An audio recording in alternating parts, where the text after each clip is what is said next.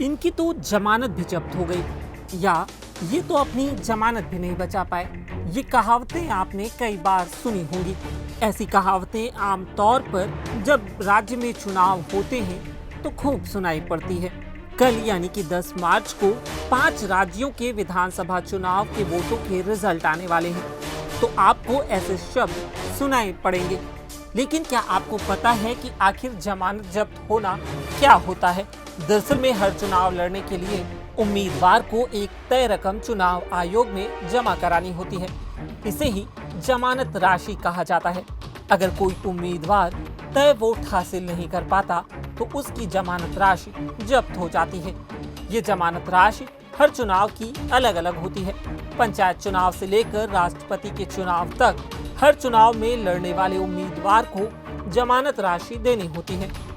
लोकसभा और विधानसभा चुनाव की जमानत राशि का जिक्र रिप्रेजेंटेटिव्स ऑफ पीपुल्स एक्ट 1951 में, जबकि राष्ट्रपति और उपराष्ट्रपति चुनाव की जमानत राशि का जिक्र president and vice president election act 1952 में किया गया है। लोकसभा और विधानसभा चुनाव में सामान्य वर्ग और SC/ST वर्ग के उम्मीदवारों के लिए अलग अलग जमानत राशि होती है, जबकि राष्ट्रपति और उपराष्ट्रपति के चुनाव में सभी वर्ग के उम्मीदवारों के लिए एक ही राशि होती है। ऐसे में सवाल ये उठता है कि किस चुनाव में आखिर कितनी राशि होती है। तो आपको बता दें कि लोकसभा चुनाव में सामान्य वर्ग के उम्मीदवार को 25,000 रुपए की जमानत राशि जमा करानी होती है, तो वहीं SC और ST वर्ग के उम्मीदवारों के लिए ये रकम 12,500 रुपए होती है। विधानसभा चुनाव में सामान्य वर्ग के उम्मीदवार के लिए जमानत राशि की रकम 10,000 रुपए होती है, जबकि SC और ST वर्ग के उम्मीदवारों को 5,000 रुपए जमा कराने होते हैं। राष्ट्रपति और उपराष्ट्रपति चुनाव में सभी वर्गों के लिए जमानत राशि की रकम एक ही होती है। राष्ट्रपति और उपराष्ट्रपति के चुनाव के लिए उम्मीदवार को 15,000 रुपए जमा कराने होते हैं।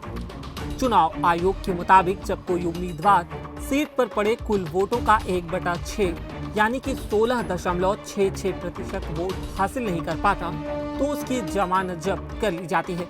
इसको आप ऐसे भी समझ सकते हैं कि मान लीजिए किसी सीट पर 1 लाख वोट पड़े हैं और वहां 5 उम्मीदवारों को 16,666 से भी कम वोट मिले हैं, तो उन सभी की जमानत राशि जब्त कर ली जाएगी। यही फॉर्मूला राष्ट्रपति और उपराष्ट्रपति के चुनाव पर भी लागू होता है। राष्ट्रपति और उपराष्ट्रपति चुनाव लड़ने वाले उम्मीदवार को अपनी जमानत बचाने के लिए 1/6 वोट हासिल करने होते हैं। उम्मीदवार को जब 1/6 से ज्यादा वोट हासिल होते हैं तो उनकी जमानत राशि लौटा दी जाती है। जीतने वाले उम्मीदवार को भी उसकी रकम वापस कर दी जाती है, भले ही उसे 1/6 से कम वोट मिले हों। वोटिंग शुरू होने से पहले अगर किसी उम्मीदवार की मौत हो जाती है तो उसके परिजनों को ये रकम लौटा दी जाती है।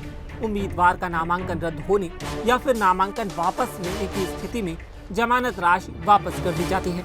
अगर आपको यह जानकारी पसंद आई तो हमारे Facebook पेज पर लाइक करें और YouTube पर सब्सक्राइब करें। शुक्रिया।